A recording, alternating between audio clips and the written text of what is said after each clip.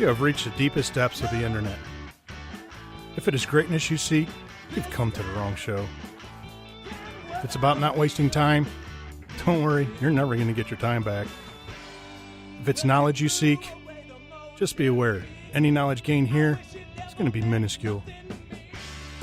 So now it's time for Accost the Field with Tony Gerdeman on the Ozone Radio Network.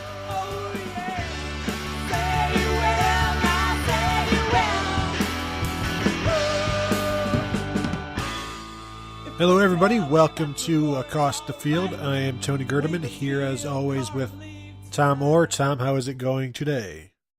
Good. I haven't checked the baseball schedule. Are you watching a Cubs playoff game against this week, or are they off tonight? Anyway, Ohio State 49-26 over Indiana this week. Now, you know what, Tom? Baseball, it's fun for a little while, then it gets pretty boring. You know, I think like 164 games is plenty, and that's what the Cubs had this year, and I think that's a lot. You don't need more than that to show everybody that you're the best. I think that's probably all you need. As a Mets fan, I'm something of a baseball hipster because my team was done with the season before it was cool to be done with the season. So I think that was pretty great. Yeah, like the Red Sox are selling out, you know. The Astros are complete sellouts. You know, I liked baseball back before, back when you could get it in a used record store. Before it went corporate, man. Exactly. So yeah, Ohio State 49, Indiana 26. They did not cover, but it was still, nearly a 4-touchdown game. But after the game, it's almost like you talk to the players, what went wrong? Why was this bad? Why, don't you feel like a bad person for allowing this to happen? Are you embarrassed by this? And Tom, for me, it's still 7 touchdowns. And, the 300 yards, 317 odd yards in the first half that they gave up is the glaring thing. But they bounced back to allow 89 yards in the second half, which is great. But if you don't know what you're going to get from half to half defensively, yeah, sure, it's nice that you have a defense capable of, holding a team to 89 yards, Tom, but you also have a defense that is capable of allowing 317 yards. So I think each game, even though Minnesota's defense or offense is non-existent, you still can't come into a game overconfident. You still have to have some level of concern that, anything bad could happen at any moment. Which is, this is now the second half of the season, and you've got to start eliminating those bad possibilities to bad average teams.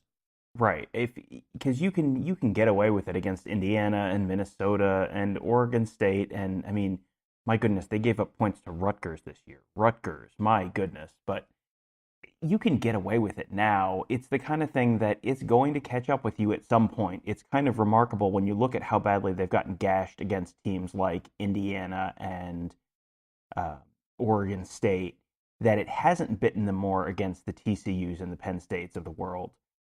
That's kind of remarkable, but it is something that they're going to have to get corrected because, we've said this before, they have aspirations that are bigger than just, let's win 11 games and try to get to the Big Ten championship game, and then everyone will be happy. Their aspirations are a lot higher than that. And right now, with the defense playing as it is, that's probably about where the ceiling of this team is. Where even if you make the college football playoff, you're not going anywhere if your defense is going to get gashed like this. That turns you into like Oklahoma last year, where it's like, yep, we got a great offense, and then you can't stop anyone, and then you're out in the first round.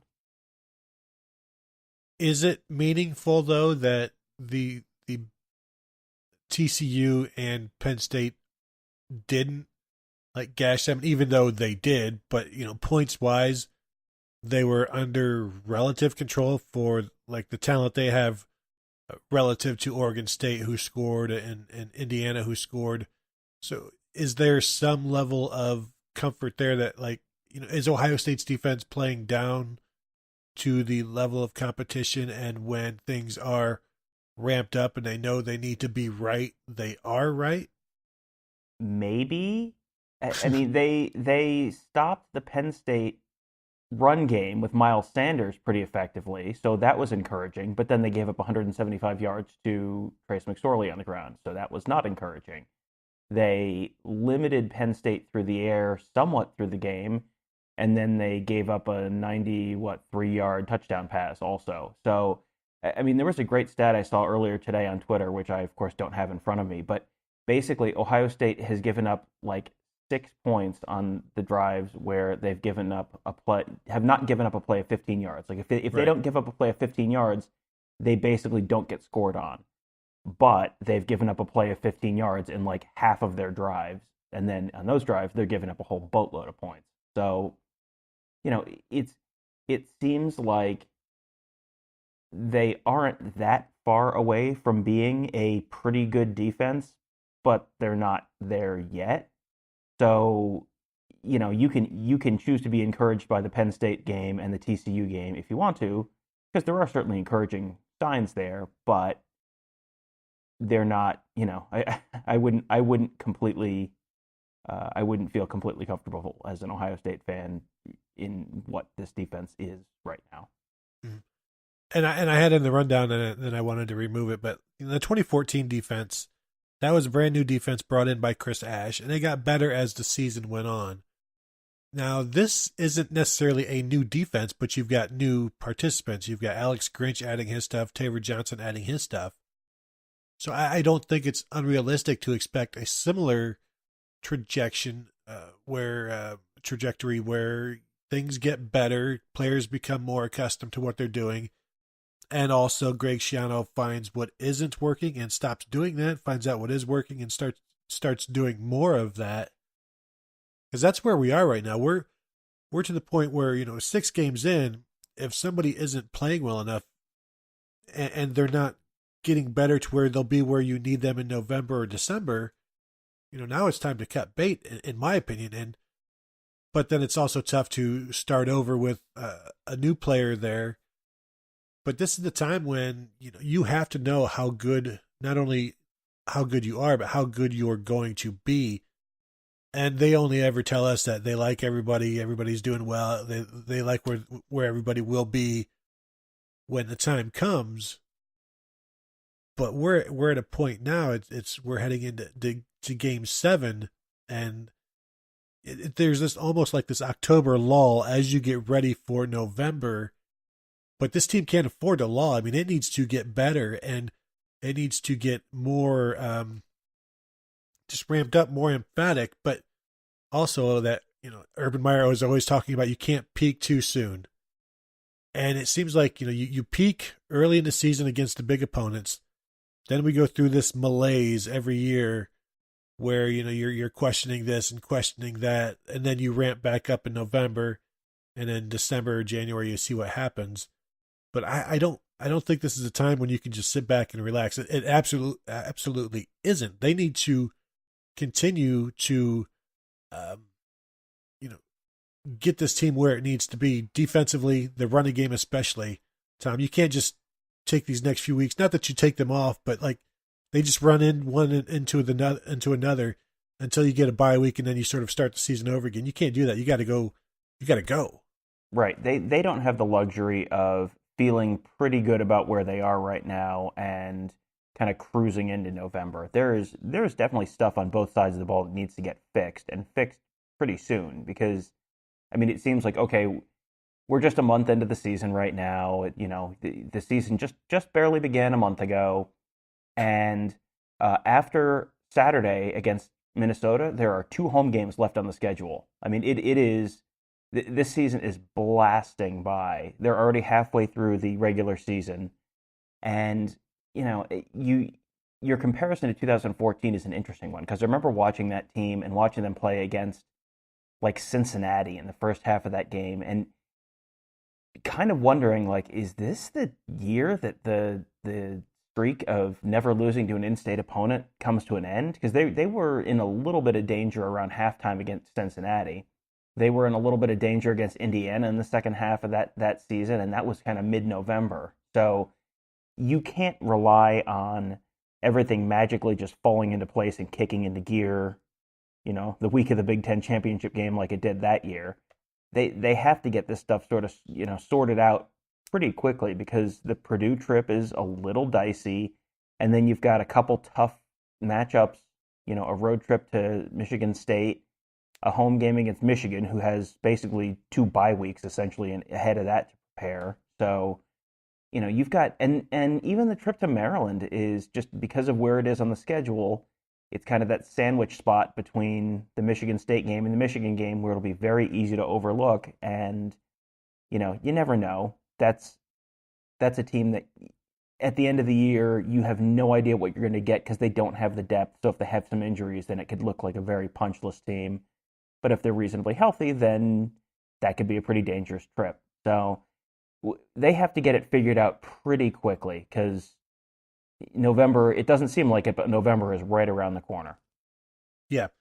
Let's go to the best thing and the worst thing we saw from Indiana. I'll let you go first with the best thing so that I can talk about the offensive line with the worst thing. Okay, I'll go. Well, let's see.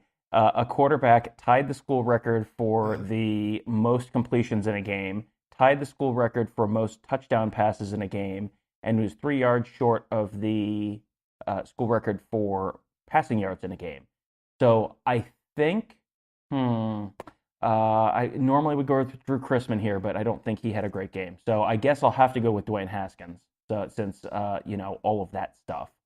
I mean, I wrote earlier this week about where he is on not just single game and single season passing record list for Ohio State, but like career passing record list. He's already in, the top 15 of some kind of major categories for career passing totals, and he started 6 games and not played the entirety of those 6 games. I mean, we talked tonight, it was, he's basically played 3.5 or 4 games in a lot of, if you really want to look at how many snaps he's played against some of these blowouts. So it's pretty darn impressive where he is right now. And, for as many things as you can be worried about with Ohio State right now, Dwayne Haskins and how explosive this passing offense is, I don't think there's anyone that looks at this Ohio State offense and says, yeah, we want to play them. If you gave people a chance to pick who they faced in the college football playoff, I don't think anyone would pick the Ohio State offense right now, just solely because of Dwayne Haskins and how that passing offense looks. Yeah, I think the best thing that I saw this week was probably the halftime adjustments from the defense, especially since Greg Schiano said they didn't really make any. So that. So there's that.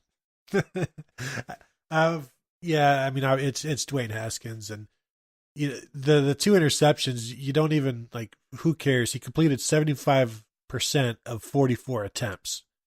That alone is pretty ridiculous, and 6 touchdowns, that's fine as well. Yeah, they're all, if this was JT Barrett going 33 or 44, we'd hear about all of the touch passes and people not wanting to give him credit. But now you don't hear Buckeye fans saying that anymore. You only hear like opposing fans, Michigan fans, and Tua Tagovailoa fans, where they're complaining about Dwayne Haskins' made up numbers. The worst thing, Tom, for me, and maybe for you, I don't know. I don't want to speak for you. The Ohio State offensive line and the running game, the lack of push, the lack of getting an offensive lineman or two into the second level, which then helps create those long runs that Ohio State has not had. Every week it seems like J.K. Dobbins' long run is like 9 yards. And this is the guy who I think last year may have led the Big Ten in 10-yard runs of at least 10 yards, and that's with Jonathan Taylor in the Big Ten now. Actually, he probably didn't lead Taylor, but he was percentage-wise, he was higher. And you're not seeing that, and I chalk that up to the offensive line. And none of the 5 were champions this week for the first time ever. First time this season. 3 times this season, all 5 have been named champions. The other 2, Thayer Munford was not named champion once, and then another time it was as Malcolm Pridgeon and Thayer Munford who were not champions, which means like every week this season until the Indiana game, Michael Jordan, Demetrius Knox, and Isaiah Prince we're all named champions, and then this week nobody is because of a running game that was stifled once again. And this is now the fourth game in a row that Ohio State has not rushed for 200 yards. It's the first time since 2006, which makes you probably, if you're a Buckeye fan, less concerned because that was also the same year they had Troy Smith, a Heisman Trophy winning quarterback who threw more than, most of Jim Tressel's quarterbacks. That was also a year with the running clock after the kickoff, so they probably lost a few plays here and there as well to, I'm not going to chalk that up to why they didn't run for 200 yards, but this is the fourth game in a row in an Urban Meyer offense that there has not been 200 yards. I wonder how many times there's been 4 games in a row where there hasn't been 300 yards. But there's also, Tom, this is the best passing offense in Ohio State history. The 2006, no, you have Troy Smith there. He wins the Heisman. So it's not a coincidence that this is also a year with a very, very good quarterback and you're not rushing for 200 yards. But I also think, Tom, that these are two different issues because they could not be rushing for 200 yards and be averaging 6 or 7 yards a carry. That's not the case here. This is the 3 games in a row under 4 yards a carry for the first time since 2004, where we all know what a mess that season was, that offense was. So where are you on, this is the 200 yards is more Dwayne Haskins? Is it the lack of a push from the offensive line? Whose fault is it more? It's probably a combination of all of those things, which I'm sure is kind of the easy cop-out answer. But yeah. the real, that's what I'm here for, the easy cop-out answers. Back to you. No, I mean, I think that honestly, my real answer on 200-yard rushing games is I don't care. Now, the next thing on the rundown, I think, is a real point of concern, which is the yards per carry and where that stands right now. If they are throwing for 450 yards a game, it doesn't really matter. I mean, the idea of run-pass balance is that you can, not that you have to have 250 of one and 250 of the other. That's not necessarily what run-pass balance is. Run-pass balance is you can do either when you need to. When you want to run, you can run. When you want to pass, you can pass. So if they were throwing for 450 yards and rushing for 150, but doing it on a yards per play basis that was kind of a reasonable return out of both, that wouldn't be a concern at all. The fact that they haven't gotten to 4 yards per rush in any of the last 3 games, that is a big flashing red light that there are issues there. And that is probably, I chalk an awful lot of that up to the offensive line because, I think that you have the running backs that you've had the last couple of years where they've been able to run very effectively. And, it's not like Dwayne Haskins is stealing carries from these guys. They're still, J.K. Dobbins had, 26 carries or something against Indiana? Yeah. I mean, it's not like he's not getting the ball. They're just, if to have the ball 26 times and not break a 10-yard run, that is, you said 2004. I mean, that is some Maurice Wells, Maurice Hall, Lydell Ross kind of. I mean, that's you should be very concerned about that. The total yardage, total yardage in general is not a great stat. Yards per play is what you should really be looking at. And if you can't run the ball, 5 yards per carry as an Ohio State offense, that is going to bite you at some point. Even, in the past, 5 yards per carry would be a disappointment as well. You think back to, Braxton Miller and Carlos Hyde in 2013 and JT Barrett and Ezekiel Elliott in 2014. Those guys are around 7 yards a carry combined. And here, it's like double what's going on now. And it makes me wonder, I should probably go back and look at the Florida stats when John Brantley was the quarterback and see how bad the running game was there. Or I don't really care about the 2005 season because that was Urban Meyer's first season. You're still figuring things out. But just looking at the average yards per carry when he's got a quarterback who doesn't run compared to when he has one who does. And it's not like he's always had Braxton Miller. He's only had one Braxton Miller. Tim Tebow was a great runner, but he was a power guy. He was 7 yards, 9 yards, 4 yards. He wasn't like Braxton with the 13, 60, 14, 40.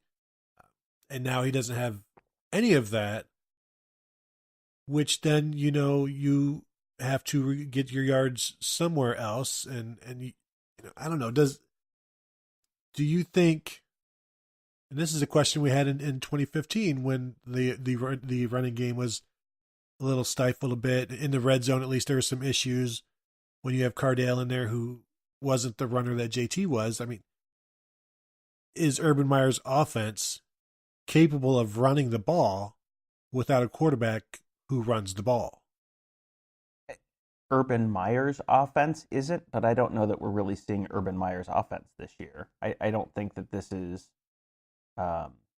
this is certainly not your classic Urban Meyer offense. This is not really like any other Urban Meyer offense we've seen. So, I mean, if you want to run, quote unquote, the Urban Meyer offense, then yeah, you need a quarterback that can run the ball. And I think there's a decent possibility you'll see, quote unquote, the Urban Meyer offense back next year if Dwayne Haskins turns pro and it's the Tate Martell show. But this year, you're not seeing the Urban Meyer offense really. So Kevin Wilson at Oklahoma and Ryan Day in various spots. I mean, they have run the ball before without necessarily having a running quarterback. Wilson much more than Day. Whether it was he coached at Northwestern, he coached at Oklahoma before Indiana. He has always been able to run the ball. A lot of times it was pass to set up the run kind of offenses, but it's not like Sam Bradford was out there running the ball. Right, yeah. Sam Bradford is not Braxton Miller. They are, he has been able to do it without having a running quarterback. So I think that they can run the ball this year without having Dwayne Haskins be the one who runs the ball. But you need an offensive line that can really plow people off the ball, move that line of scrimmage, and I don't think we've really seen that real consistently this year. Do you think people would even be concerned if we counted rushing stats, if we included like pass plays near the line of scrimmage in that? Because that's part of the running game as well. And Paris Campbell had a 71-yard touchdown like that. J.K. Dobbins has had some good yards. A lot of these long, wide passes are just an extension of the running game. It just gets them away from the 8-man box. You're just dealing with one or two tacklers. So Dwayne Haskins gets those stats, but I think if we remember that that's also part of the running game, but it's not what we think of. It's not the 3rd and 1 that people are having issues with, or the 3rd and 2. But it does give Dwayne Haskins his 400-yard games, Tom, which you predicted this season that he would be more likely to throw 2 than throw 0. And you believe that you have already been proven correct, but that is not true because he could still be just as likely to throw 2 as he is 0 if he only throws 1. I'm not sure you understand how math works, because right now there's a 0% chance he throws for 0 and a greater than 0% chance that he throws for 2. So therefore, not if he doesn't. Did you take statistics at Ohio State? Because I did, and I got an A. Did you take stats? I took stats when I'll tell you this story. When I was 20, I took a stats class and I did pretty good. The finals were like the week before I turned 21, or the week after I turned 21. And one of the things I did on my 21st birthday was I got really drunk and I tore up my stats book. I still passed the class, but I don't remember how well I did. I know I passed it, but what I'm saying is, Tom, if he doesn't do it, then you have been proven incorrect. Within 2 standard deviations of alcohol poisoning, what was your blood alcohol level at the time that you tore up your stats book? I don't know. That was after I beat up my mailbox. Mm-hmm. So it was really a week of good decisions then. But it was all the same night. But it was also before I went out and stood out on the porch in my underwear looking for people. So, I mean, you gotta ventilate. That's just common sense. it gets warm. So yeah, but So so anyway, yes, not to digress from you and your underwear, but speaking of Gerd and his underwear, 400-yard passing games. You know, you have in here, when is the next one?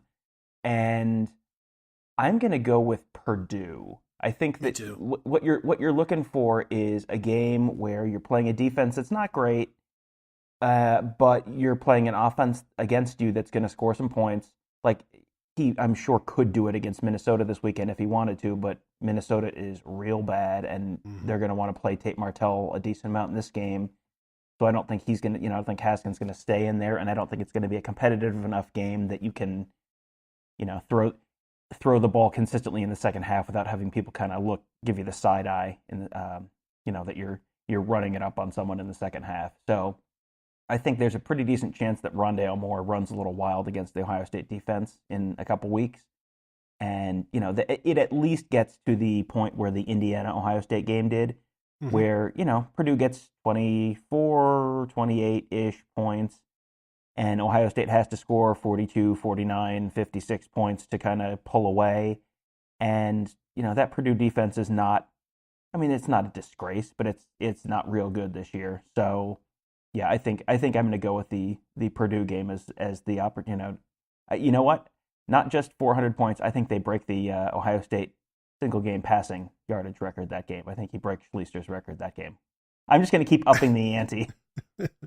As long as the weather is fine, that would seem like it's almost more. It's more likely than not likely to be a 400-yard passing day, because I agree.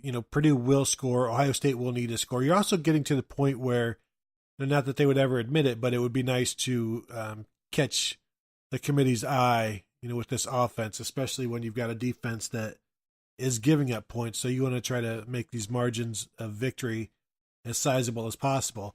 Now you've got Purdue gave up 347 yards passing to Eastern Michigan, 375 to Missouri, and then this past week they gave up 323 to Nebraska with a true freshman quarterback.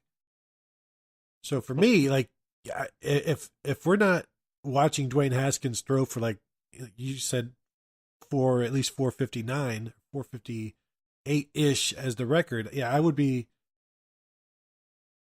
surprised if is it idiotic to say I would be surprised if he doesn't throw for 400 yards. That sounds like I was trying to say it, and I'm like, no, you idiot, that's stupid.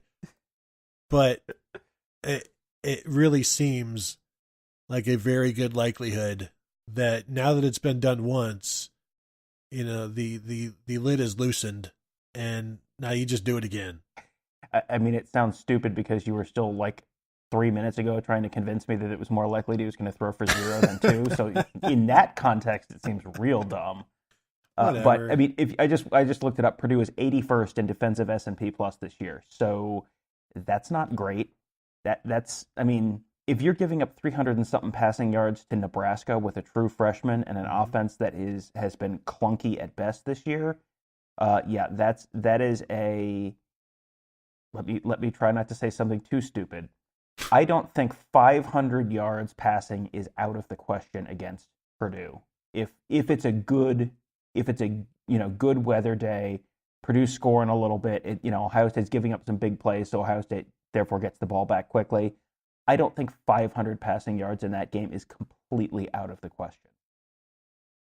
I don't think 500 yards was that out of the question last week, because if you remember when Ohio State was down at their own 6 or something on a third down, they threw one of those tunnel screens to Paris Campbell, and if he would have gone the 94 yards or whatever, you're looking at 500 yards last week too. So I really won't be surprised by almost anything he does, simply because we've seen what he can do against teams like this, and Purdue is a very inviting pass defense. So, okay, here we go. I'm going to put you on the spot. At what point is there a number of passing yards for a game that you would say, no, that's too many? I do not believe there's any chance he will pass for that number of passing yards. Where is that number for you in a single game this season? 540. Yeah, I was gonna say like 525 or 530. So yeah, that's about right. I mean, you do kind of bump up against a hard cap where it's like, okay, at some point you cannot, Right. you're just gonna run out of plays basically. I'll look up and see like what the Texas Tech, like if if BJ Simons had a 580 yard, like I feel like Texas Tech or maybe Luke Falk at Washington State, like one of them had like a 580 yard passing game, but I mean, I don't know if that's realistic, but I'll look that up while you talk about whatever you want to talk about next. Whatever you have on your stupid show. No. Hey, it's our stupid show. Whatever. With that 530 yards, I would expect at least like 280 yarders in there. A screen to Paris Campbell and a deep one to Terry McLaurin, something like that, where you cheat a bit to get that huge number. I think that's what it would take, because unless you're talking just this crazy Big 12, Texas Tech, Texas A&M shootout back in the day, or Arkansas, Ole Miss, and the SEC 7 overtimes type of thing, or 49-42 to Nebraska and the amazing Adrian Martinez. That's I think you just need some big home runs in there to get to that number. But I think it's possible because we almost saw it happen last week. And I say almost, Paris Campbell had, he got tackled when, if he wouldn't have, then we would have that number that we're talking about. Defensively, to change subjects, well, then you'll have to come back and rechange subjects, Tom. Ohio State gave up 4 30-yard plays in the first half against Indiana. Michigan State has given up 5 such plays all year long, and they have yet to give up 100 yards rushing in a game this season, but they're 3-2. So, Tom, I know you're researching, but I have this down to ask you. Is it better to be Ohio State, or is it better to be Michigan State? Well, first of all, the NCAA record for most passing yards in a game is 734, and when I said it was either going to be a Texas Tech quarterback or a Washington State quarterback, I was right. It's a Texas Tech quarterback, Pat Mahomes, and a Washington State quarterback, Connor Halliday. So there you go, tie for 734 yards for the most in a single game. Why would you allow that to be a tie? Like, wouldn't you just go get one more yard? Yeah, I don't know. I don't know. Cliff Kingsbury was the one who would have been coaching, because Mahomes tied it after Halliday set the record. So, and you know damn well that Cliff Kingsbury knew what the total passing yardage record for the NCAA was. So maybe they ended the game on a touchdown or something, and they couldn't get that one extra yard. As for, would you rather be the 5-0 team or the 3-2 team? I'm going to go out on a limb and say you'd rather be the 5-0 team, even though they've given up more rushing yards. I still think Ohio State has a better chance to win a college football playoff game, shaky defense or not, because they have a chance to be in the college football playoff, which Michigan State does not. It is crazy that Michigan State is doing this on defense, and it's not really helping them to victory. They gave up 8 yards rushing against Northwestern this week and lost because they're getting killed with pass defense. So, at least Ohio State only gets killed for a half, and then they figure it out. But Michigan State's pass defense has been bad, and their entire offense has been bad. So if you are going to have a great defense, try to have at least a good offense. And if you're going to have a great offense, try at least to have a good defense. And I think Ohio State has a good defense, right? Don't you? Do they have a good defense? They have. It's very good sometimes. It's very good sometimes. Parts of it are very good. Mm-hmm. They have a defense. I'll give you that. Parts of the defense are very good. Yes. I mean, I would like to see a week where you don't have someone streaking 90 yards for a touchdown. Just like for like a week or two in a row before I'd say good defense. But they have all the pieces necessary for a good defense. They have to just arrange them in the right order and, figure out the schematic issues that they're having. But I think they can get to the point where they have a good defense by the end of the year, but they're not there yet. Yeah, and if you want to listen to our instant recap instant reaction show from the Indiana game. Go find that at theozone.net, where we're basically we both agree that this team is not going to win a national title because of the defense as it stands right now. And when I say good defense, I don't believe a good defense can win a national title. I think you have to have a great defense. You look at like Oregon when Ohio State beat them in 2014. I don't think anybody even talked about the Oregon defense. They had some defensive linemen that people liked because they're tall or whatever, and it didn't seem to matter to the Ohio State offensive line.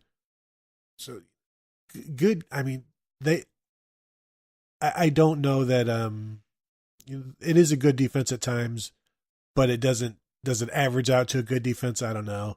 And they're going to have to get so much better in order to be in a discussion to win a title that it almost feels like we're just beating a dead horse at this point, even though we're going to beat that dead horse every week, just so you know.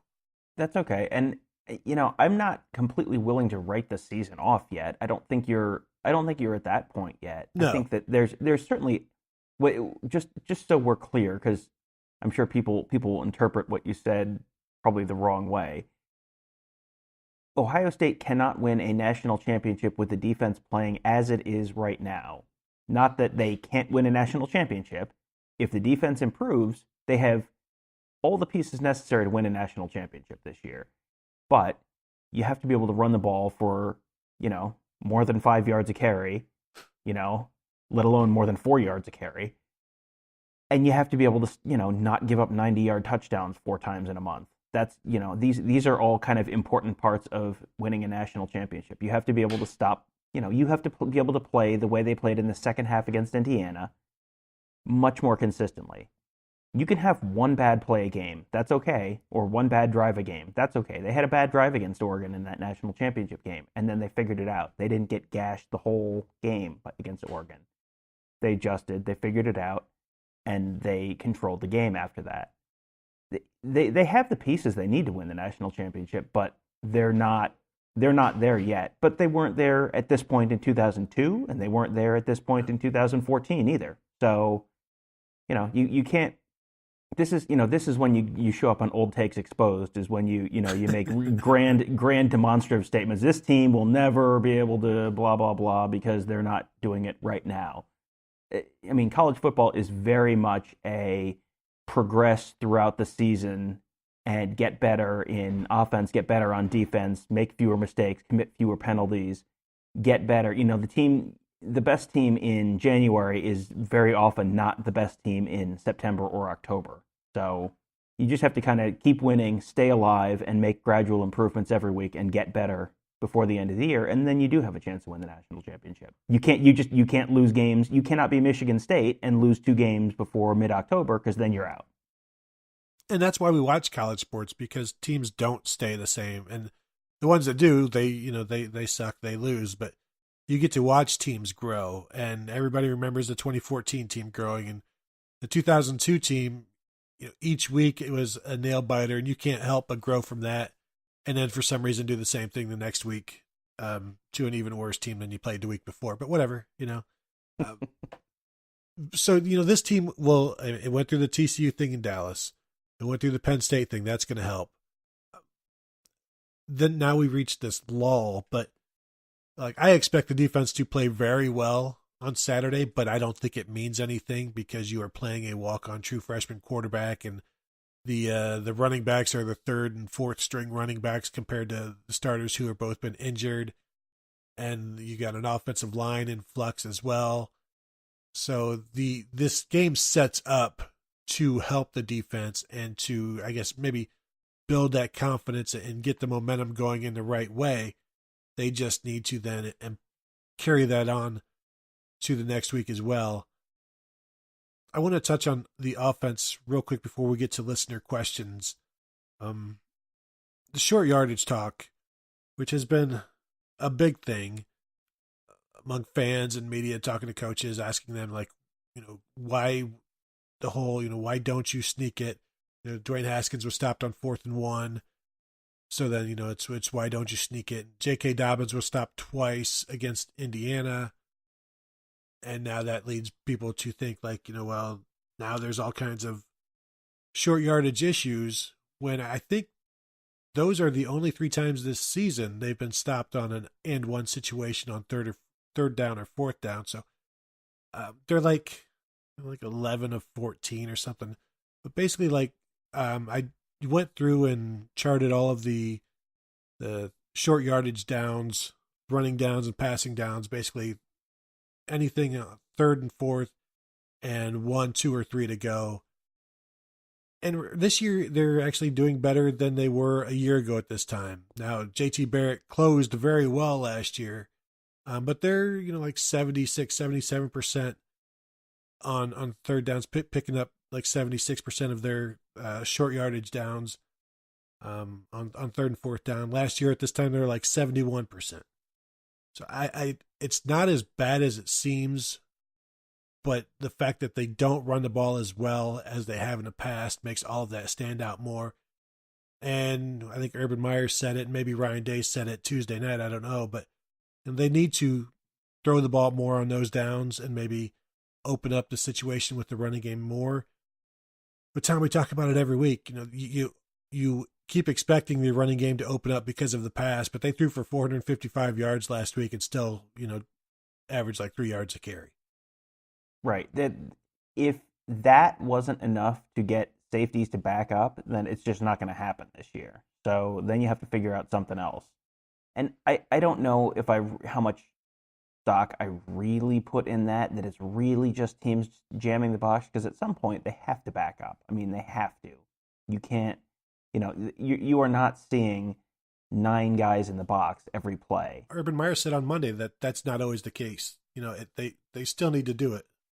He said, that is some of the time the issue, but other times it's just execution. And when you have 0 offensive linemen grading out as champions, that gives you some indication where some of those execution problems may lay. So, I think you can pass to set up the run to a certain degree, but you still have to make your run blocks. Your offensive linemen have to block. Your tight ends have to block. I mean, you've got, there's as much talk as there's been about how great the wide receiver blocking has been this year.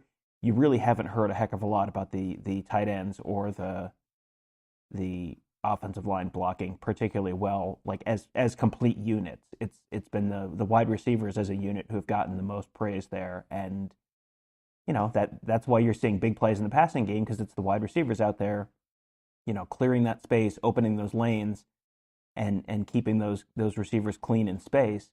And you're not seeing it in the run game because they're not, you're not getting that push up front. You're not opening up those lanes up front. You're not sealing those edges with the tight ends. And so you're not seeing that in the run game the way you are in the past. And Urban Meyer said this week that they're looking at Tate Martell in terms of using him in short yardage situations. And I see people on Twitter saying that makes things even more obvious because then he's just going to run the ball. But it's actually, you bring him in for the read option, which gives you two possibilities right there. But Tom, I don't know if you know this. Tate Martell holds the Ohio State record for completion percentage in a game. He went 10 for 10 one time. So he is also capable of throwing the ball. Now, when Urban Meyer says that they're looking at it, that means it's not going to happen. But, if it did, what do you think? It means they're not going to do it, but they've thought about the fact that they're not going to do it, and they're just going to tease you with the fact that, maybe we will, but we won't. But maybe we will, but we won't. But maybe. But yeah, I mean, I can see a role there. Like, if they really don't feel comfortable with Haskins being a guy who can get them 2 yards if they need to get 2 yards, then, go ahead and give it a shot. Like, it's right there with the Weber Dobbins backfield at this point. Yep. Like, and Shaun Wade at safety. Like, even if you don't think it's going to work, give it a shot. Let's just see, because what you've got in there right now is not really working. I mean, I know, as you said, they're converting reasonably well on third and fourth and short kind of situation, but it wouldn't. I don't think it will kill them to have a Weber and Dobbins in the backfield kind of thing. And maybe that's something they're saving for a big moment later. Maybe that's something they're just going to sit on forever, and that's just going to be the the Weber Dobbins thing, we hear about it in interviews every 2 months or so, and it's just like this Sid Finch thing that they're just not ever going to actually bring out. We're just going to hear about it, and then all of a sudden they're going to graduate and we're never going to see it. But I at this point, like, if something is not working, and they certainly feel like it's not working to the degree that they want it to, it's probably time to just give it a try. What's the worst that could happen? I think the worst that could happen is Dwayne Haskins doesn't like it. And now what? And I don't see him being like some sort of guy who would act out. But quarterbacks are different. I mean, JT wouldn't have wanted to be taken out, and he would have that would have not gone over well. And so maybe you'll see Dwayne Haskins become a more determined runner, because determination, I mean, that was a lot of what made JT Barrett very good at those short yardage things. He was just determined to get it, and he'd put his head down there. When we watch Dwayne Haskins run, it's more like every step has a question mark to it. Like question mark just popping up in balloons over top of his head, like, I don't know. And then we saw how he slid, and it was like, I mean, when you coach girls softball and you're teaching them how to slide, probably looked a lot like that, right? Kind of similar. We do that on days when it's rainy. When it's too rainy to play in the infield, that's always the day you teach the girls to slide. So there's a little coaching tip for you. Yeah, it's a little hesitant, I don't want to. Am I going to fall on my keys? Like, yeah, it's a little, and that's just me. Yeah. It's a little hesitant. He doesn't. As much as people talk about him and how he just looks like a natural passer and the ball just is so fluid and smooth coming out of his arm, that is not how he looks in the run game.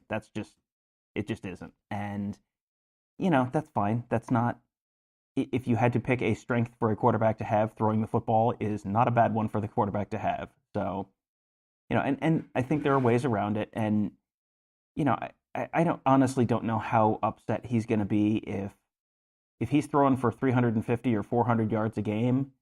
I think he's probably going to be okay coming off the field for a play or two if they need to, especially if you sell it to him as, we don't want you to take these hits. We don't want you to get drilled because we can't afford to lose you, which they can't. But, I mean, if they want to do it with him, that's fine. If they want to do it with Martell, that's fine. If they want to do it with Weber and Dobbins, that's fine. Just as long as there's some option there that they are comfortable with, that's great. Whatever it is, that's fine. But, right now, I mean, as comforting as those statistics sound, Laurie Schmidt asked Urban Meyer on Monday, are you more comfortable on 3rd and 1 or 3rd and 7? And he kind of paused and went, that's a good question. And that should not be a good question. It's a good question this year with this team, because even when they're picking it up, you don't feel like you felt last year when it was JT Barrett. It was like, well, okay, 3rd and 1. All right, they're going to run QB power. Everyone rolls their eyes, and then they move the sticks. This year, it's a little bit exciting. It's a little bit of an adventure. Are they going to make it? I don't know. And and I'm sure that it seems certainly like the coaching staff feels like that too. So I think that they at some point have to get, just confidence-wise, have to find something that they get confident and comfortable enough with, that they know, okay, if it's 3rd and 1, we can do this, and we're going to be able to get it, and that'll be fine. Yeah, and in terms of coming off the field, I think all they would have to say is Nick Bosa is the best player in the nation, and he comes off the field. So there are reasons that they do this, and it's beneficial for the team. And so, yeah, he should be fine with that. But again, that's all, it's never going to happen. So let's just keep talking about it. Tom, let's go to listener questions so that we can, I don't want to say get done, but so that we're not too long this week and that it's completed in a more reasonable manner. So that we free the listeners up to enjoy what is supposed to be a wonderful fall-like conclusion to this week. You promise? Allegedly. First question is from one of the most indecipherable Twitter handles I've seen, at Zachary. All right. Not the traditional spelling of Zachary. Zachary with an X and a Q, as one does. If the Michigan game was this weekend, what would be your score prediction? Somebody asked on the forum that, and I put mine down, but I want to know what yours is before I let you know what mine is. And I didn't have a winner or anything. I just had a score. Oh, I said Ohio State by 7. I think, I mean, Michigan is looking better. I have not watched the last couple full Michigan games. I've seen kind of the shortened versions. I mean, I think that this Michigan defense, with the corners as good as they are, matches up reasonably well against Ohio State. I don't think Ohio State puts up a ton of points against them. I don't think Ohio State gets to 40. I don't know that Ohio State gets to 35. But, I mean, the Michigan offense is good, but not. They don't have running backs that are like 90-yard running backs, really. I don't see Karan Higdon ripping off a 90-yard rush against Ohio State.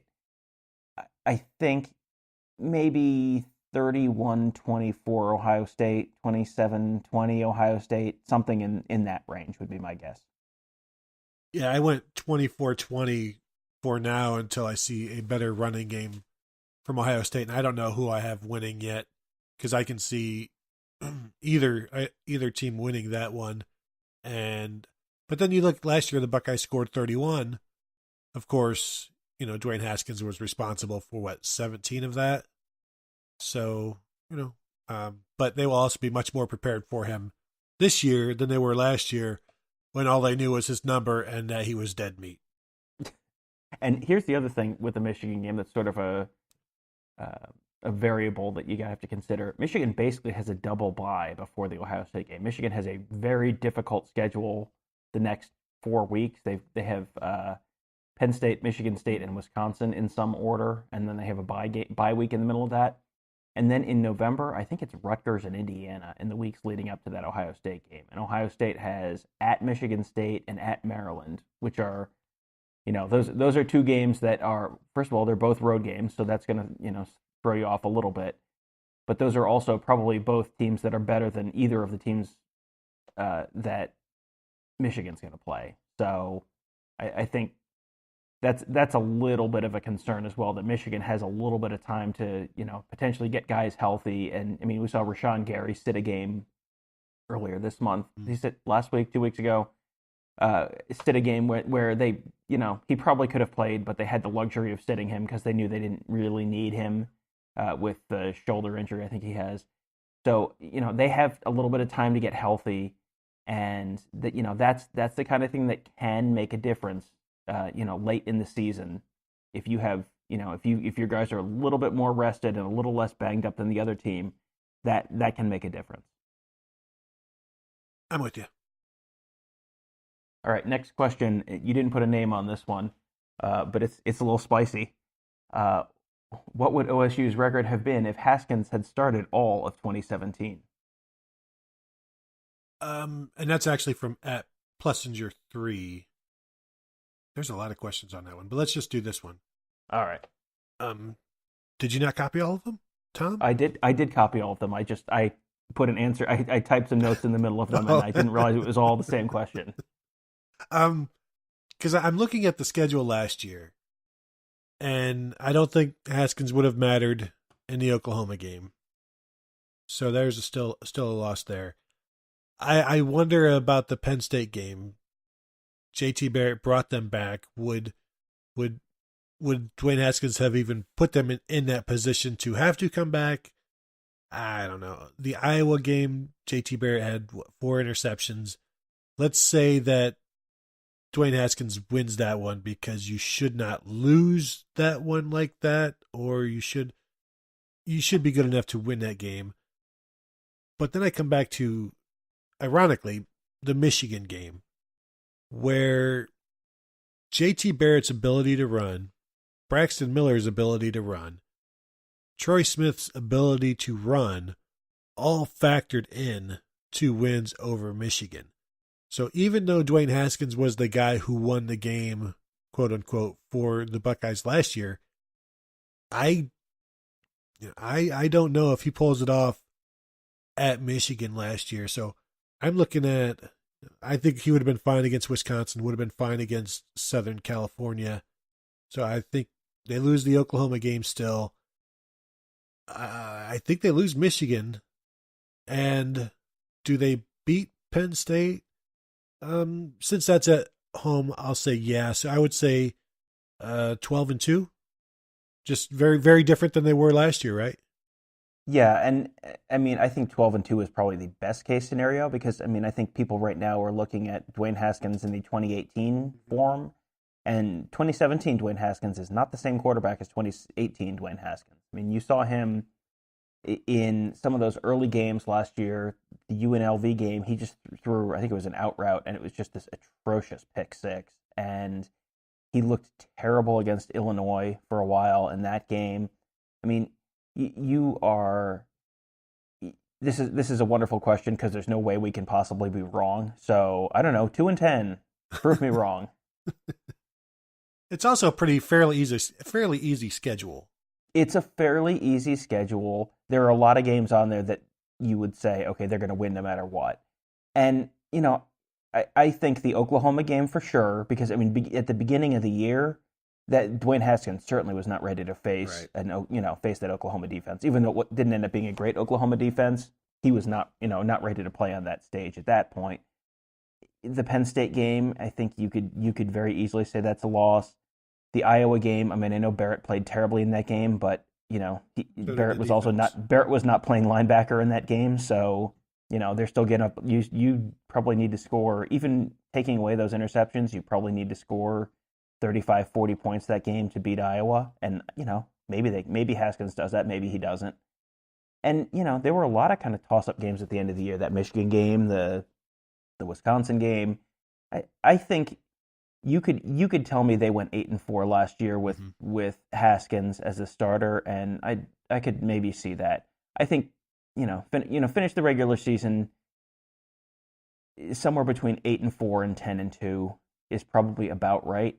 But I don't think the redshirt freshman Dwayne Haskins is going to lead them to a better record than the JT Barrett season.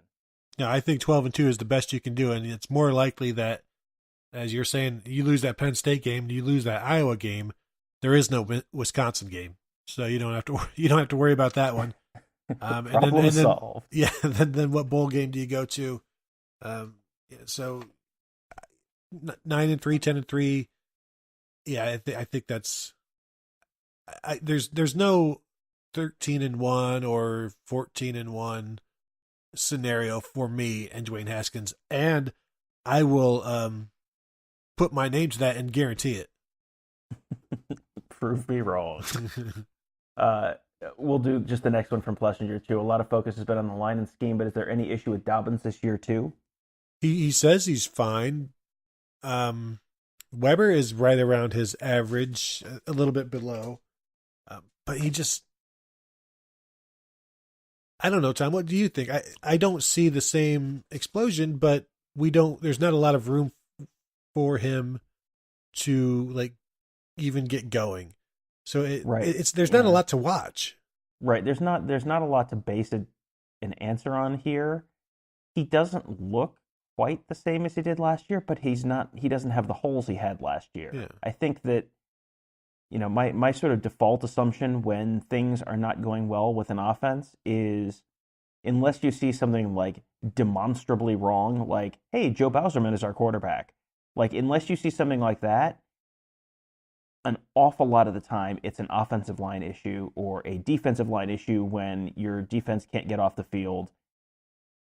The game is, this is the oldest cliche. The game is won and lost in the trenches. And if you have a great offensive line that's pushing people off the ball, you can make a crappy running back look real good.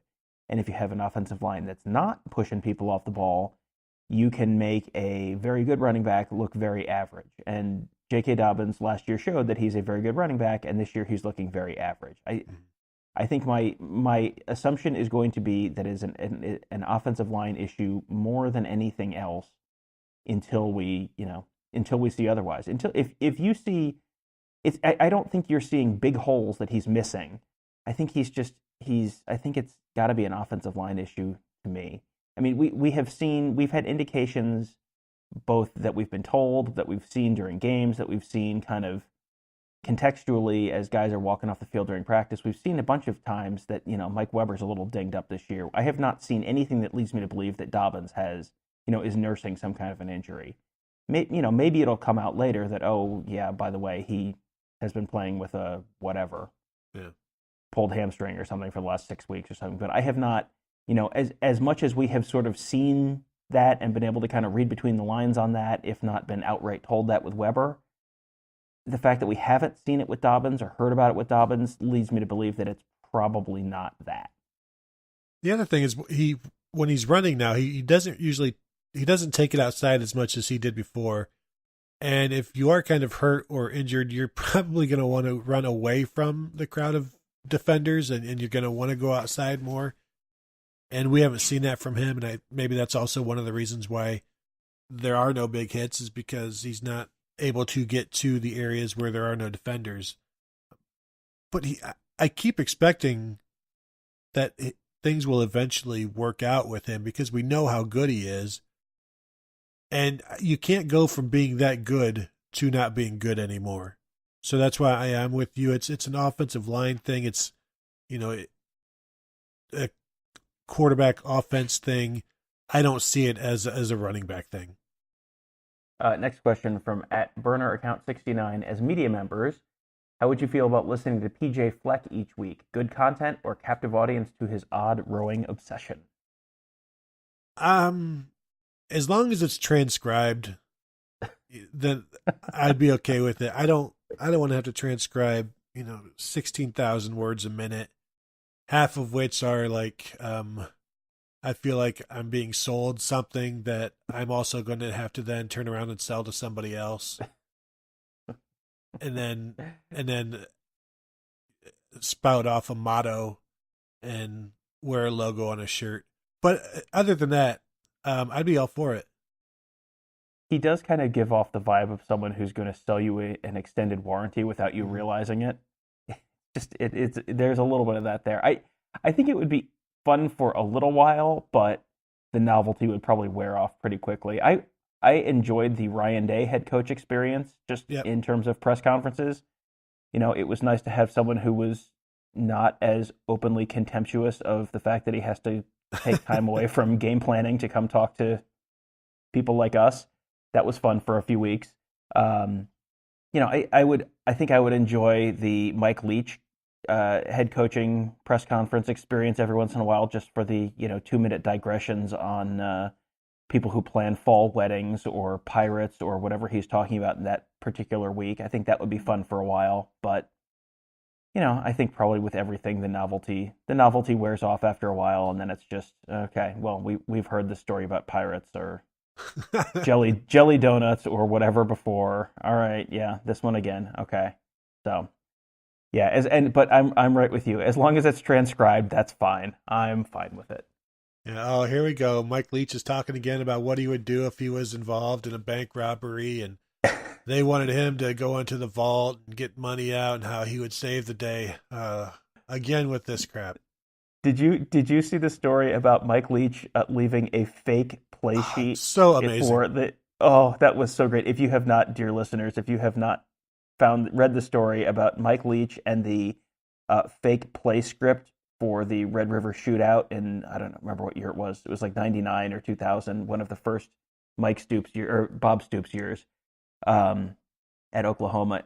Mike Leach was his offensive coordinator, and they dropped a fake play script for the first 15 or 20 plays next to the Texas sideline before the game, and basically duped them into calling all the wrong defenses for the plays they were actually going to run, and got up.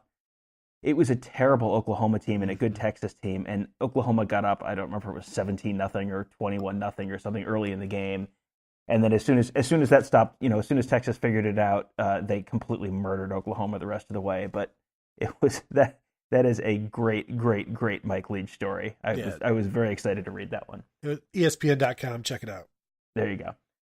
Next one from Brutus92. Is Dwayne Haskins never going under center going to haunt us in the Big Ten championship game / playoffs? No power run game. Maybe, but then, him going under center doesn't guarantee that you're going to pick up the first down either. the offensive line that isn't getting the push still has to get the push. And I know people think it's only a yard, and that's true, but you're still relying on the offensive line. But Tom, we've already talked to Urban Meyer about this. He doesn't want to take time out of practice to practice going under center.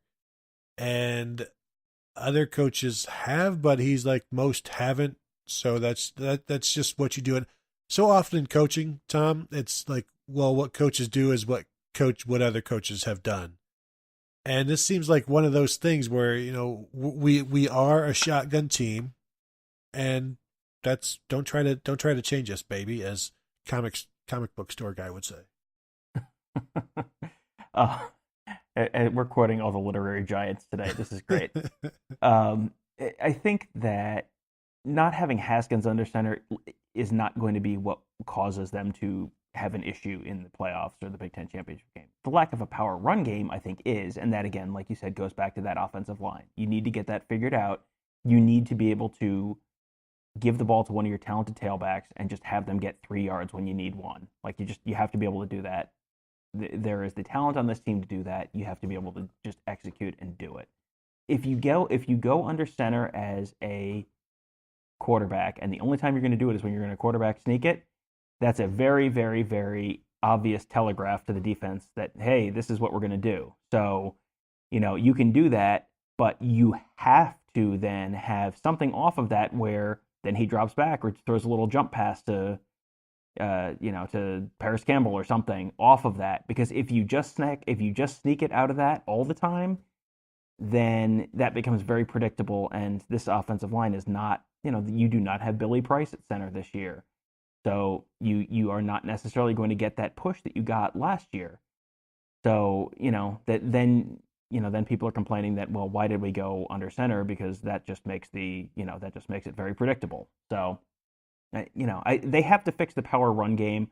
I don't think they necessarily have to fix it by the quarterback going under center. Yeah, things have gotten so bad that, Buckeye fans have gone to wanting a running quarterback back. They want JT Barrett back almost.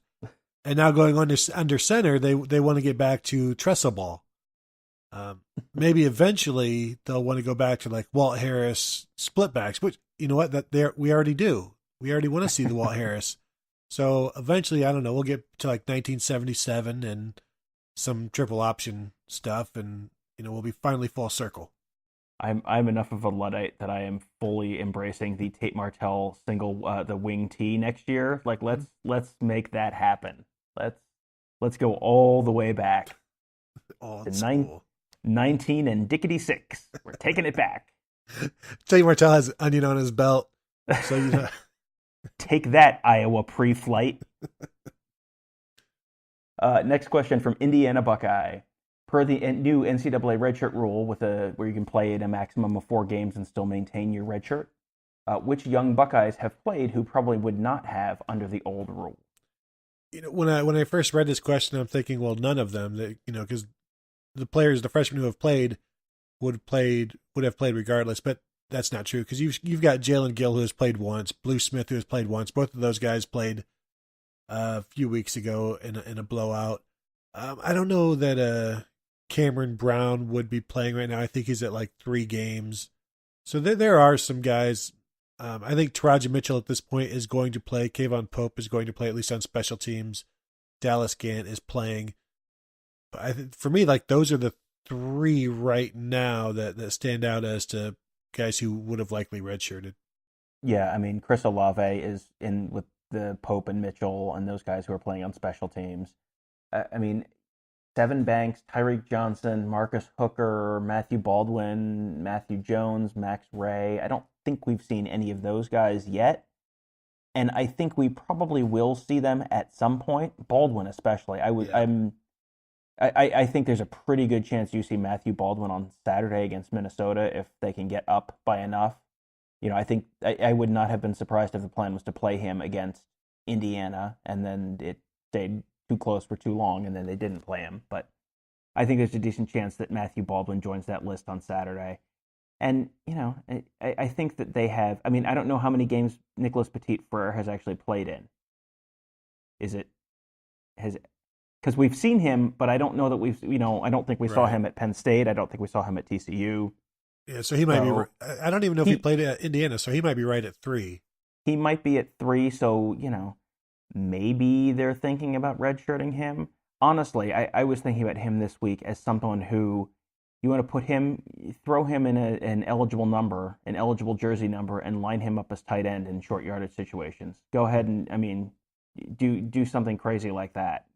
And try and, if you're going to play him, make use of him. If you're not happy with how your tight ends are run blocking, give something like that a try. I mean, maybe they're working on all that kind of crazy stuff in practice, but it's worth looking at some different stuff. If they're not happy with how the tight end run blocking is, and that's something that Urban Meyer's brought up a couple times in recent weeks, then, maybe that's a place that he can play. If you're going to play him, if you're going to keep him for play him more than 4 games because you think he's not the kind of player that's going to play 5 years here, then, maybe that's the kind of thing where that's an option that they look at some point. The Andre Tyree gambit.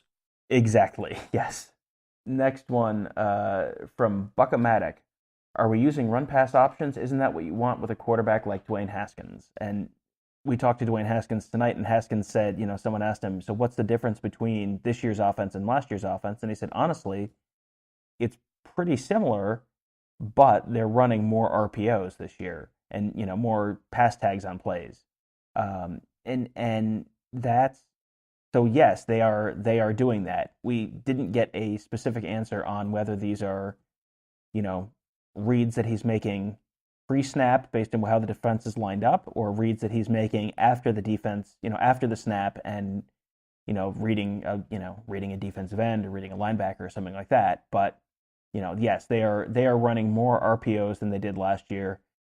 That's something that allows them to take advantage of his skills. That is not, that is not something they necessarily did as much with JT Barrett last year. I agree. Next one from @VanGo0. Does Greg Schiano's insistence on playing man-to-man so frequently make it easy to game plan for opposing offenses and make it easy on pre-snap reads for quarterbacks? See Indiana's back shoulders throws the entire first half of 2017, or Indiana scheming to get linebackers in coverage along the sideline? I think people just need to make friends with the fact that every defense, there is an offense to counter it. There are things you do to counter it. We talk about the off man coverage that Ohio State played until Chris Ash got here, and that led to like 21 catches for Sammy Watkins again in the bowl game. So whatever defense you're going to put out there, there are going to be ways to attack it. The man-to-man thing, when linebackers are manned up on a receiver or a running back and that person splits out, then the linebacker has to go and follow it.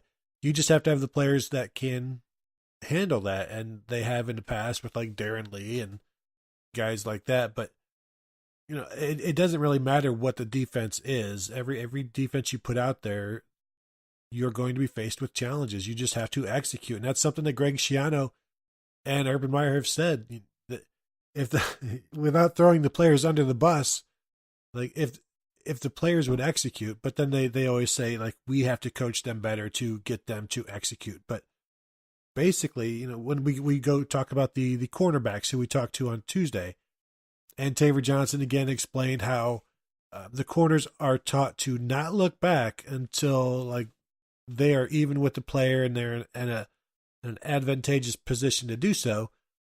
But even when they are there, they're not looking back in time. So when fans get so upset that they're not looking back and Taver Johnson needs to go and this and this, it's like Kerry Combs taught them the same thing.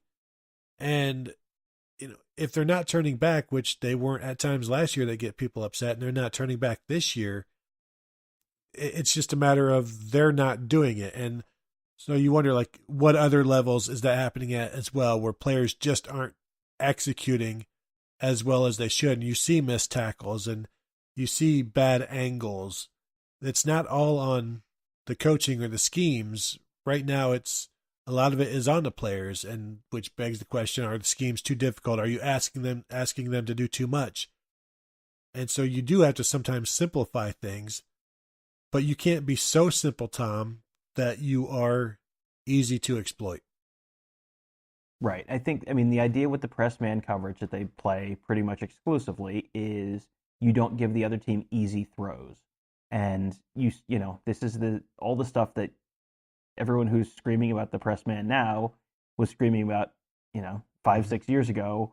Why are you playing 10 yards off the receiver and letting them just have an automatic easy throw? Well, there are no more automatic easy throws anymore, but that comes at a price. College football is a cat and mouse game and has been for generations. And it's just, every offensive innovation eventually gets countered by a defense. And then every defensive innovation eventually gets countered by an offense. And it just goes back and forth. And, there are pros and cons to everything you can possibly do. But, this has over the years been a pretty successful technique and strategy for them. So I think that there's still it's too soon to completely write this season off as a lost season. There are guys who are, obviously it's too early to write it off as a lost season since they're number 3 in the country and unbeaten. But to completely write off the defense this year, because these guys will get better. You're playing without Denzel Ward for the first time. You've got young cornerbacks like Jeff Okudah and Shaun Wade in there, in bigger roles this year. You've got, this is something that as the season goes along, they will get better. You will see better play. This is not the finished product. So, if it looks like this in the end of November or early December, then you have a major problem. But I don't think that it's, I don't think that this is the final what the final product is going to look like. They've got another month or two of coaching ahead of them to kind of get some of these issues straightened out. They'll also look better when the defensive line is healthy. Having Nick Bosa in there, getting the quarterback and shaving a half a second off of every drop back pass, I think will help that coverage as well for sure. Next one from at Zadiah. Is the inability of the defensive coaching staff to switch players who clearly aren't working out going to fail OSU first in the Michigan game, the first playoff game, or Alabama? I think the premise of the question is flawed because it's entirely possible they could play Alabama in the first playoff game. That's right. Rewrite the question and ask it next week. Yes, I don't know. I mean, by the point that they reach the Michigan game, all is known. And if they're still going with whomever, then you have to trust it. At that point, he is the best option. And which sounds, you don't want to hear that, but like if Jocelyn Wint is starting over Isaiah Pryor, by that point, there's enough evidence that the coaches see everything. We only see games. I'm not saying Jocelyn Wint is going to be starting at that point, but by that point, you will have enough evidence where you're not like, well, should I, shouldn't I? And you also be to the point where now it's do or die. So if you're going to do it, now is the time to do it. But then, Tom, that also becomes the time like, well, if I make a move, it might cost us. But, that's why Greg Schiano makes like $1.5 million or whatever. When you're at that point, you should know everything about your team to make the most informed decision possible. Right. At that point, you have a lot more information. At that point, a lot of times an injury has solved the issue for you and taken the decision out of your hands because one or the other guy is hurt that you're deciding between. So that's also a thing that can make that decision a lot simpler down the line. But yeah, we talked about this a little bit after the game, after the Indiana game. The Ohio State coaching staff are not idiots. They have, however much time you have spent thinking about Ohio State football in the last week and in the last month and in the last calendar year, they have spent a lot more time thinking about it, and they have a lot more information to make these decisions than you or I do.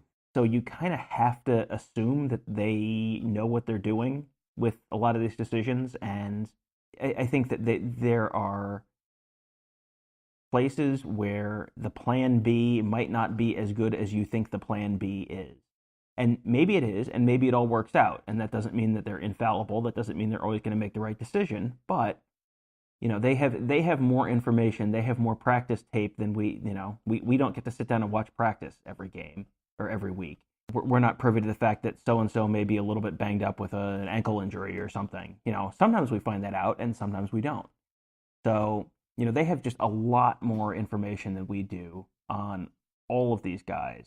So you kind of have to assume that they know, that there's a reason that they're doing what they're doing. Because, in the same way that they have spent a lot more time thinking about this than you have, this is also a much more high stakes thing for them than it is for you.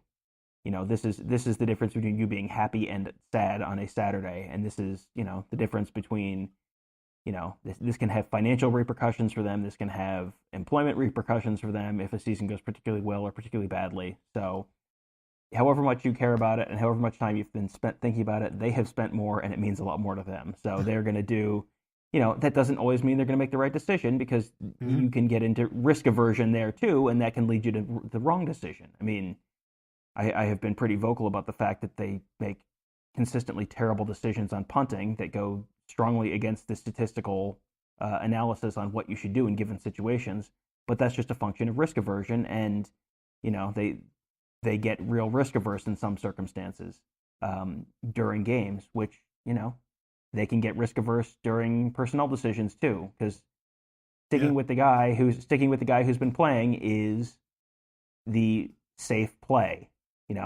Putting in someone else, it can work, but then then there are personnel issues. Well, how will the guy who lost his job react to that? Will that just completely send him into a spiral? I don't know. You don't know. We don't know.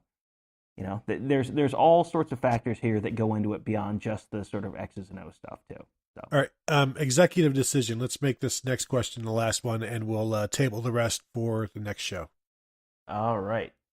From @Brutus Buckeye, why is Ohio State throwing so many short passes? Is it because they're using more RPO to offset the lack of quarterback run? I found it interesting that OSU threw 10-plus yards more often with JT at QB, 40% with JT, and just under 30% with Dwayne. And he cites a stat from CFB Film Room on Twitter that they posted that earlier on Tuesday. Yeah, I'm looking at it right here, and 16.5% of JT Barrett's attempts went beyond 20 yards, and only 12% of Dwayne Haskins went beyond 20 yards. I think part of that is because Dwayne Haskins completes his, so there isn't a need once you've completed one that far. There isn't always a need to complete another one that far. But for me, so 40% of JT Barrett's passes went at least 10 yards downfield, and 30% of Dwayne Haskins. So you've got that difference there. But for me, and as I was talking to you after interviews Tuesday, Tom, Dwayne Haskins throws a lot of the screen passes, the out wide passes, and a lot of the out route passes under 10 yards because he has the arm to do that, whereas JT Barrett didn't. And the screen passes that Dwayne Haskins gets out there, they get out there a lot quicker than JT Barrett's did. And it gives Paris Campbell time to run, or it gives Terry McLaurin time to run, or KJ Hill. So I think they like throwing those, and so you're going to have a higher percentage of those. And also, they didn't run as many. I don't think they ran as many jet sweeps last year. You remember, Urban Meyer saying, the jet sweep is dead, or somebody said defenses take it away. And we're still seeing it some this year. I think Dwayne Haskins, his big arm allows him to throw shorter and make those shorter passes effective, and that affects some numbers. I also think his higher completion percentage affects some numbers, even though he's throwing more than JT Barrett. He's not needing to throw, the same type of throws.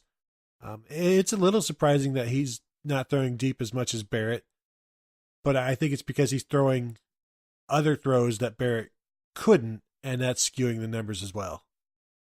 Yeah, I mean, one of the reasons you throw downfield, really there are two. One is to make a big play in the passing game. Two is to stretch the defense out and keep them from cramming themselves into the box. By throwing outside and getting it to playmakers like Paris Campbell, who can break one tackle and go 70 yards, you're accomplishing the first one right there. I mean, we've seen a whole bunch of the passes that are, thrown within 10 yards of the line of scrimmage that turn into 60, 70, 80-yard touchdowns this year. That is has been not common, but that it's happened enough that they feel like they can do it pretty consistently, at least hit one or two of those a game. The other thing is spread that defense out, keep them out of the box. If you can make them defend you sideline to sideline, you can spread them horizontally instead of vertically. And, if you can spread them horizontally, I know that Ohio State has not hit any big plays in the running game, but if you can spread that defense horizontally and you can hit a run up the middle, there's no one there. That's when you have that play where there's no safety in the middle of the field because they're all spread out sideline to sideline. And, at some point, Ohio State, I promise you, at some point, Ohio State will have a long touchdown run up the middle this year. And it will be a function of, probably in large part spreading that defense out from sideline to sideline as they have with that horizontal passing game. So I do think that I would like to see them try something more downfield. I think that there is room for that in this offense. We've certainly seen that he can throw that ball. I mean, the ball to Johnny Dixon was a thing of beauty last weekend. So, it's there. If the guy's open, he's got the arm to get it there. But, they are using that arm in other ways that don't necessarily show up just in a, one-dimensional, how far downfield kind of passing chart. Because, we're up in the press box looking, and how often are we like looking at and seeing like no safety over the top, and you're thinking there's an opportunity right there. We see it. I think Paris Campbell or Johnny Dixon on Tuesday said that it's not always that safeties are taking it away or that they're not allowing it. So, as we're sitting up there watching, it's like, well, that looks like it would be a perfect opportunity, for a one-on-one thing, maybe it ends up being a back shoulder, maybe it ends up being a 50-50. But it's certainly not because there's a safety sitting back there, because that's not always the case. And I'm with you. I'd like to see more deep shots taken, and maybe that's what it takes to open up the running game. And maybe the wide stuff isn't as effective as Urban Meyer would like it to be. And that stuff would become more effective then with more downfield shots. And like I always said last year, like, you don't have to complete the downfield shots, but you have to at least take them and put the threat in the mind of the defense. And I'm not going to critique the passing game this year and say, well, if they really want to look good, Tom, maybe throw some downfield stuff and stop with this kiddie, dink and dunk for 455 yards. Nobody's buying it. Of all the 455-yard passing performances in Ohio State history, that was one of the two most impressive and the best one ever in a win. So, there's that. There's, if they stop scoring at the point at which they stop scoring points, that's when I think you have to be real concerned. I think that there's a whole bunch of right now, scoring points has not been a real big issue. It took a little while to get going against Penn State, but they figured it out against Penn State. They had no problem scoring against TCU. They have just, basically made it rain on everyone else this year, and they're going to do it again probably the next 2 weeks. So, and then all of a sudden you're into November, and Nebraska's no good, and Michigan State's been vulnerable against the pass this year, and Maryland is, as long as they're not sleepwalking, they beat Maryland, and then you're 11-0. And, yes, at some point this could catch up with them. It is possible, especially if they don't get better on, in the power running game, if they don't get better on defense. But with as good as this Ohio State passing offense has been this year, it's going to get them an awful long way. They're going to be favored probably by 2 touchdowns in every game up until that Michigan game. So they are doing enough that they should get to 11-0 going into that Michigan game, and then worry about it then. But I think that until you see someone stop this passing offense, I would maybe just sit back and enjoy the show. Well said, even though you totally jinxed the Buckeyes. And I'm sure those 5-star reviews we've been asking for on iTunes are now going to be riddled with anger and 3-star, Michigan recruiting type of numbers now. But, we'll get over it. We thank you for listening, as always, to today's show. Make sure to check out the rest of the shows on the Ozone Radio Network. We've got shows every single day, except for Saturday, because that's when we all watch football. You don't need to be listening to nothing until at least a few hours after the game. So thanks for listening. We will talk to you from the Horseshoe on Saturday. Yeah, that'll Saturday evening ish is when the next show should go up because it's a noon game. Hallelujah. And Tom, let's not complain about the times because I got an email about complaining about my job. So I love to work. I love football, and I love you guys. Tom, do you also love people? Most of them. Most of them. Yeah, you're right. So thanks for listening. We will talk to you all later.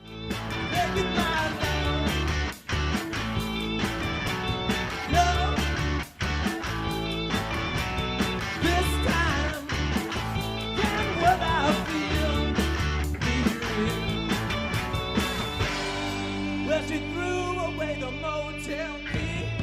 I wish it never meant nothing to me. Say it well, now say it well. Oh yeah. Say it well, now say it well. If you tell me that tomorrow's alright, we could steal a car and